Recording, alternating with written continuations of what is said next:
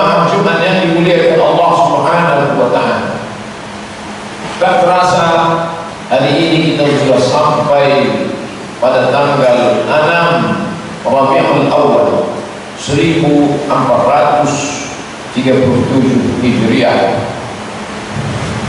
Tidak ada yang istimewa dengan bulan Rabiul Awal. Kalau bulan Zulhijjah sudah diagungkan orang kafir Quraisy, karena sejak zaman Nabi Ibrahim alaihissalam mereka sudah diajak untuk mengagungkan, dan itu tidak berubah sampailah kepada masa jahiliyah. Hanya saja mereka menambah-nambah ibadah haji dengan perbuatan-perbuatan bid'ah, batil, munkar. Tapi bulan Zulhijjah sudah mereka muliakan. Bulan Muharram mereka muliakan, bahkan mereka puasa di tanggal 10 Muharram. Ada apa dengan bulan Muharram?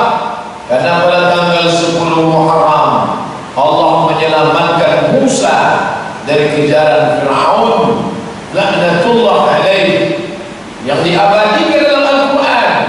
Ketika dua pasukan ini sudah saling memandang, falamma tara'al jam'an, ketika pasukan Musa sudah saling berhadapan-hadapan dengan pasukan Fir'aun, pada saat itu qala ashabu Musa, berkatalah Bani Israel, inna lamudrakun, kita akan tertangkap, matilah kita Musa, hari ini kita akan mati, kita akan tertangkap. Tapi apa kata Nabi Musa alaihissalam? Kalla, kalla, sekali-kali tidak. Inna ma'iya rabbi sayahdin, Rabbku akan menyelamatkan aku. Allah. Itu terjadi pada tanggal 10 Muharram. Tapi bulan Rabiul Awal tidak ada istimewa-istimewanya.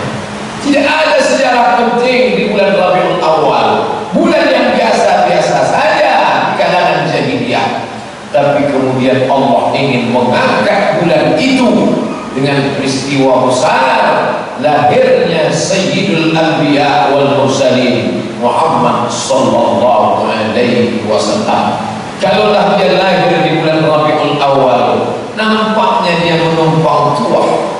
Agaknya dia hebat karena berdekatan dengan diselamatkannya Musa. Orang akan mengatakan Muharram antara kelahirannya, dia lahir di bulan mulia. Sebelum dia lahir pun bulan itu sudah mulia. Andai dia lahir di bulan Zulhijjah, mungkin dia akan disanding-sandingkan dengan haji. Sebelum dia lahir pun bulan itu sudah mulia.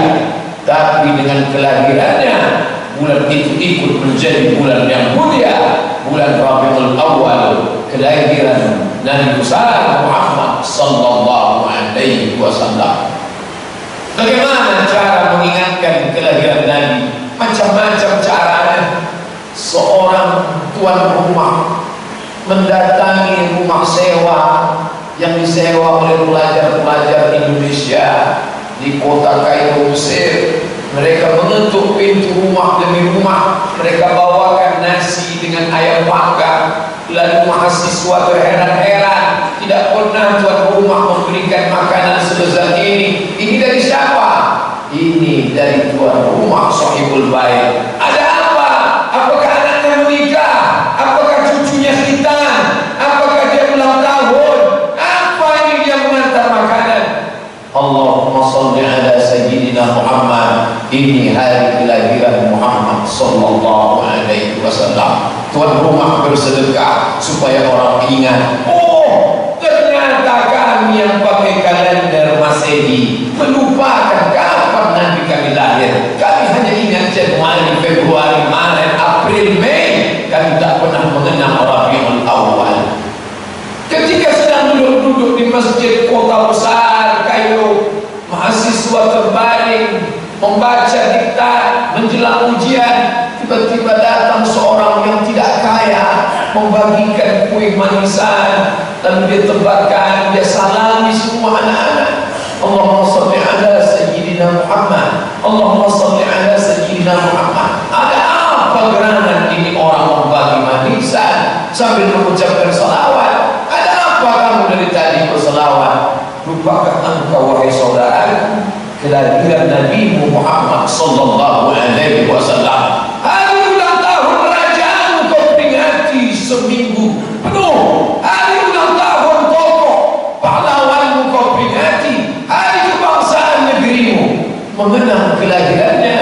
dengan cara membangkitkan lagi semangat, menghidupkan sunnahnya, semakin mengenalnya, membaca, memperhatikan, merenungkan, karena semua anggota tubuh kita ini akan ditanya di hadapan Allah. Inna sam'a, pendengaran, wal basar, penglihatan, wal fuad, hati dan pikiran, kullu ulaika kana anhu mas'ula, semua akan disoal, semua akan ditanya, semua akan diminta pertanggungjawaban di hadapan Allah Subhanahu wa taala.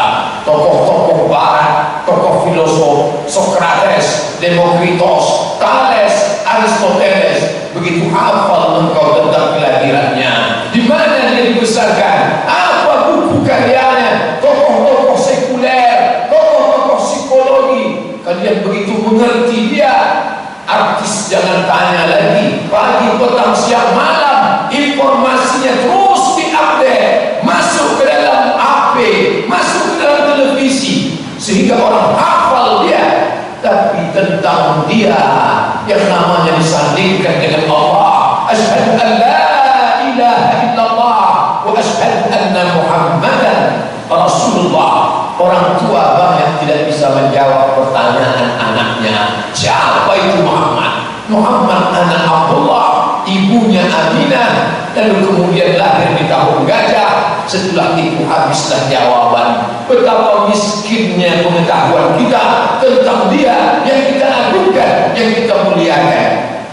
Mengisi pengajian dengan ceramah, diisi dengan kata sambutan RT, kata sambutan RW, kata sambutan ketua masjid, kata sambutan tokoh masyarakat, kata sambutan demi kata sambutan, sampai habis energi jamaah mendengar kata sambutan. Barulah mendengar setelah jam 11 malam, barulah mendengar kajian setelah orang terkantuk-kantuk. Dan itu dikatakan majelis mengenang. Bukan itu majelis mengenang Nabi Muhammad sallallahu alaihi wasallam. Yang kepala sekolah, buatlah bulan ini lomba cerdas cermat mengenal Nabi Muhammad. Buatkan 100 soal, bagikan ke anak-anak didik kita. Selesai itu kita adakan perlombaan. Wa fi dzalika falyatanaffasil mutanafisun, bersaing karyawan, pekerja, pegawai. Kalau direkturnya, pimpinannya peduli kepada Nabi Muhammad sallallahu alaihi wasallam, bagaimana anak-anak buahnya yang mengaku bersyahadat, menyebut namanya sehari semalam di dalam salat, paling tidak sependek-pendek salat witir 1 rakaat, tetap nama Nabi itu dia sebut 4 kali. Allahumma shalli ala sayyidina Muhammad wa ala ali Muhammad. Allahumma barik ala sayyidina Muhammad wa ala ali Muhammad. Bahkan khutbah Jumat ini pun kalau sampai khatib lupa mengucapkan salawat, maka batallah khutbah. Karena rukun khutbah mengucapkan hamdalah, alhamdulillah, bersalawat, Allahumma salli ala sayyidina Muhammad. Mazhab Syafi'i berpendapat jika orang lupa bersalawat, maka batallah salatnya pada tasyahud, Allahumma salli ala sayyidina Muhammad. Bahkan Jibril pernah naik. Kata Jibril ketika Nabi naik ke atas mimbar, Nabi mengatakan amin, amin, amin. Sahabat heran, tidak ada angin, tidak ada hujan, kenapa kau katakan amin? Kenapa kau katakan amin ya Rasulullah? Lalu sahabat bertanya, apa gerangan? Kenapa kau katakan amin? Nabi menjawab, tadi Jibril datang membacakan beberapa doa. Satu di antara doa itu adalah bu'dan liman dzukirta wa lam yusalli 'alaika. Celakalah orang yang ketika namamu disebut dia tidak berselawat kepada. Ketika namamu disebut ya Muhammad, ketika namamu berkumandang di atas cakrawala, muazzin berkumandangkan namamu sehari semalam, disebut namamu di atas langit, asyhadu anna Muhammadan Rasulullah. Mereka tidak peduli, mereka acuh, mereka cuek, bodoh, mereka orang-orang yang celaka, mereka orang-orang yang jauh dari rahmat Allah. Kenapa mereka tidak mengenal Muhammad? Kenapa tidak bergetar hatinya ketika disebut nama Muhammad sallallahu alaihi wasallam? Karena dia tidak kenal dia tidak cinta, tidak masuk ke dalam hatinya, dia tidak sayang kepada yang tidak dia kenal. Hanya kewajiban rutinitas. Kebetulan dia dilahirkan seorang ibu yang muslimah, kebetulan ayahnya muslim, kebetulan tinggal di negeri Melayu yang muslim, kebetulan tinggal di negeri yang mayoritas muslim, kebetulan terlalu banyak kebetulan sehingga tidak berkesan apapun ketika nama itu disebut. Tidak ada kata terlambat. Mari kita baca kembali Syekh Safiur Rahman Al-Mubarakfuri, pemenang lomba Nobel terbaik, juara dunia.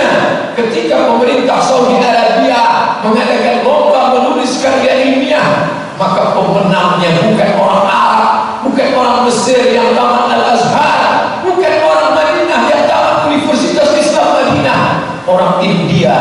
Syekh Safiur Rahman Al-Mubarakfuri menulis kitab Ar-Rahim Al-Maktum, buku terbaik dengan bahasa yang simple, sudah diterjemahkan ke dalam bahasa Indonesia. Namun untuk mengenalnya, nama buku itu tetap tertulis Ar-Rahim Al-Maktum. Betapa indahnya ketika bulan ini kita belikan buku itu, pulang dari sholat ini, pulang dari bekerja, singgah sebentar ke toko buku, lalu kita buatkan oleh-oleh untuk anak kita. Bukan ikut tradisi majusi yang membawakan kek, membawakan bolu, menyuruh anak meniup api, lalu meletakkan tangan di atas dada, mintakanlah apa yang kau minta dalam tiupanmu. Betapa kita sudah merubah anak kita menjadi majusi, merubah anak kita menjadi penyembah api. Tapi hari ini tradisi kafir itu kita tinggalkan. Hari ini kita bawa buku, kita sampul dengan baik, lalu dia buka, dia melihat apa ini. Bukalah. Ketika dia lihat sejarah Muhammad sallallahu alaihi wasallam, itulah yang akan menolong kita di hadapan Allah. Di antara yang tetap mengalir sesudah kematian, idza matal insan, kalau manusia sudah mati, inqata'a, putus amalnya. Yang hari ini rajin salat duha setelah meninggal dunia, putus. Yang hari ini rajin membaca Al-Quran setelah meninggal dunia, putus. Yang hari ini rajin mengusap kepala anak yatim setelah meninggal dunia, putus. Yang hari Jumat ini banyak bersolawat setelah meninggal dunia, putus. Tapi ada yang tidak putus, buku itu tetap dibaca sang anak, meneteskan matanya. Dulu ayahku memberikan buku ini hadiah di bulan Rabiul Awal tahun 1437, masih tertulis namanya, masih terbuku tanda tangannya. Saat itu aku berusia kira-kira 15 tahun, kelas 3 SMP, sekolah menengah pertama. Inilah hadiah yang paling berkesan dalam hidupku. Dibacakannya kepada anak-anaknya, dibacakan anak kepada cucunya. Itulah kenangan yang tidak akan berakhir. Kita tinggalkan uang, dia akan binasa. Kita tinggalkan alat komunikasi tercanggih di zamannya, 5 tahun lagi dia akan menjadi alat yang malu untuk dibawa anak kita. Tapi buku semakin klasik, semakin bermakna.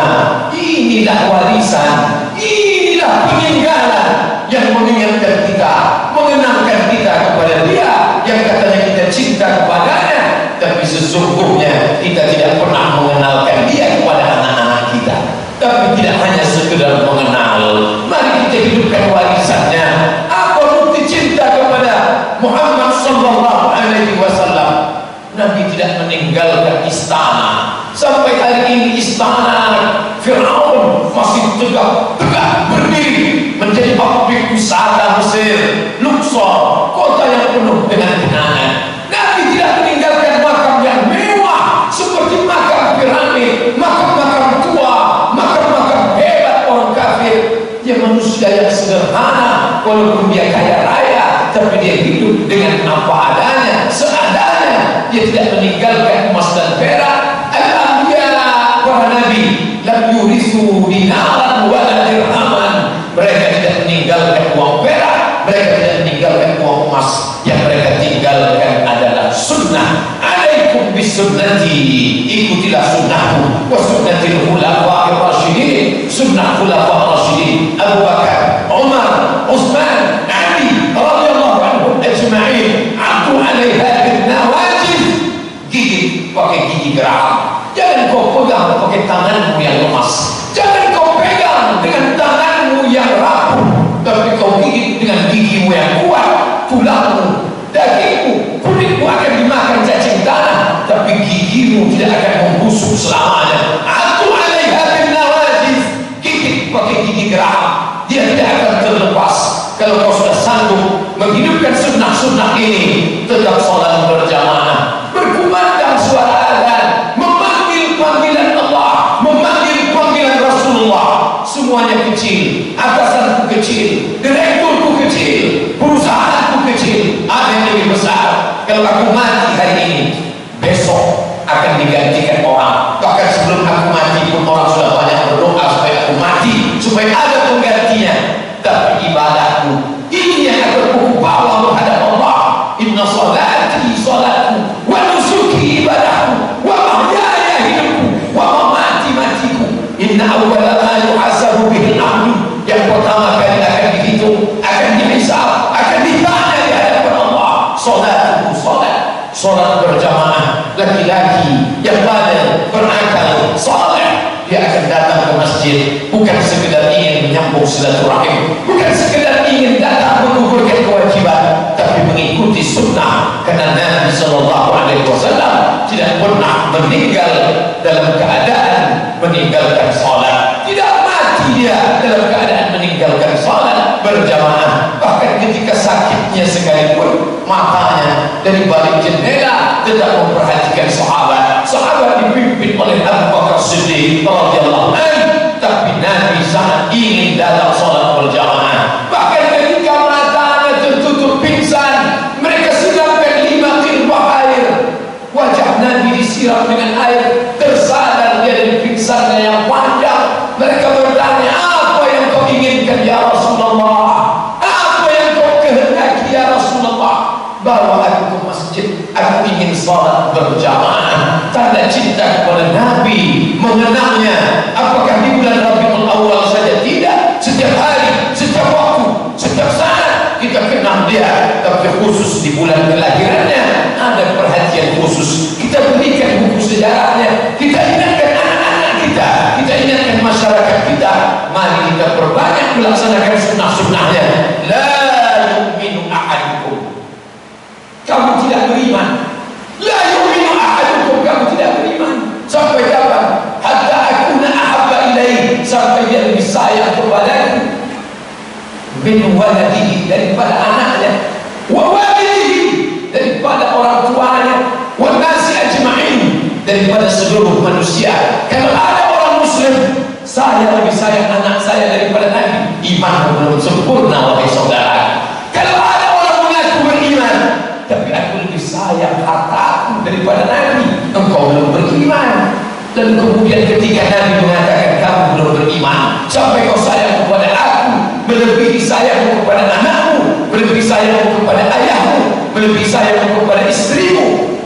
Datang Umar bin Al-Khattab berkata, aku lebih sayang engkau daripada anakku, aku lebih sayang engkau daripada orang tuaku. Tapi kalau untuk dibanding dengan diriku, aku belum sanggup lebih sayang engkau daripada diriku. Aku lebih sayang diriku ya Rasulullah. La ya Umar, la ya Umar, belum sempurna imanmu ya Umar. Hatta aku ahabba ilaih, sampai kau lebih sayang aku daripada dirimu sendiri. Kalau kau masih sayang dirimu, kau belum sempurna imanmu. La ya Umar, tidak wahai Umar. Hatta aku ahabba ilaih, sampai kau lebih sayang aku daripada dirimu. Saat itu Umar mengatakan, ahabbu ilayya la anta ahabbu ilayya, aku lebih sayang engkau daripada diriku. Al-an ya Umar, al-an ya Umar, sekarang imanmu baru sempurna wahai Umar. Kenapa kita mesti lebih sayang kepada dia daripada kepada diri kita? Karena dia jauh lebih sayang kepada kita daripada yang lain. Ketika giginya patah, ketika air menetes peluh keringatnya, ketika darah menetes ke pipinya dari pelipisnya, sahabat sudah mulai berkumpul. Ya Rasulullah, setiap Nabi ada doa yang kabul, setiap Nabi punya doa mustajab. Mintalah doa itu supaya mati orang kafir ini semua. Mintalah doa itu supaya turun azab agar kita selamat. Kami tidak tahan melihat engkau berdarah ya Rasulullah. Mintalah doa itu supaya binasa ini orang kafir. Nabi mengatakan, biarpun apa yang terjadi, doa mustajab itu aku simpan untuk siapa ya Rasulullah? Syafa'atan li ummati yaumal qiyamah. Biarlah aku simpan doa ini untuk umatku nanti hari kiamat. Begitulah sayangnya dia kepada kita. Apa bukti kita sayang kepada dia sampai hari ini? Berapa uang yang sudah kita berikan untuk PDTA, MDTA, guru mengaji, guru fisika, biologi, kimia, kita bayar mahal. Tapi anak-anak yang mengajarkan Al-Quran, kita sudah mengajarkan cinta Nabi, cinta Rasul, sunnahnya kita tinggalkan, Qurannya kita tinggalkan. Betapa munafiknya orang yang mengatakan aku cinta Muhammad, tapi tidak sedikit pun ada bukti cintanya. Kelak kita akan ditanya di hadapan Allah. Kullukum ra'in, setiap kamu pemimpin, wa kullukum mas'ul, setiap pemimpin akan ditanya. Kepala rumah tangga akan ditanya, sudahkah melaksanakan sunnah Nabi? Istrimu, anakmu, keluargamu, sudahkah mengikut Nabi Muhammad sallallahu alaihi wasallam?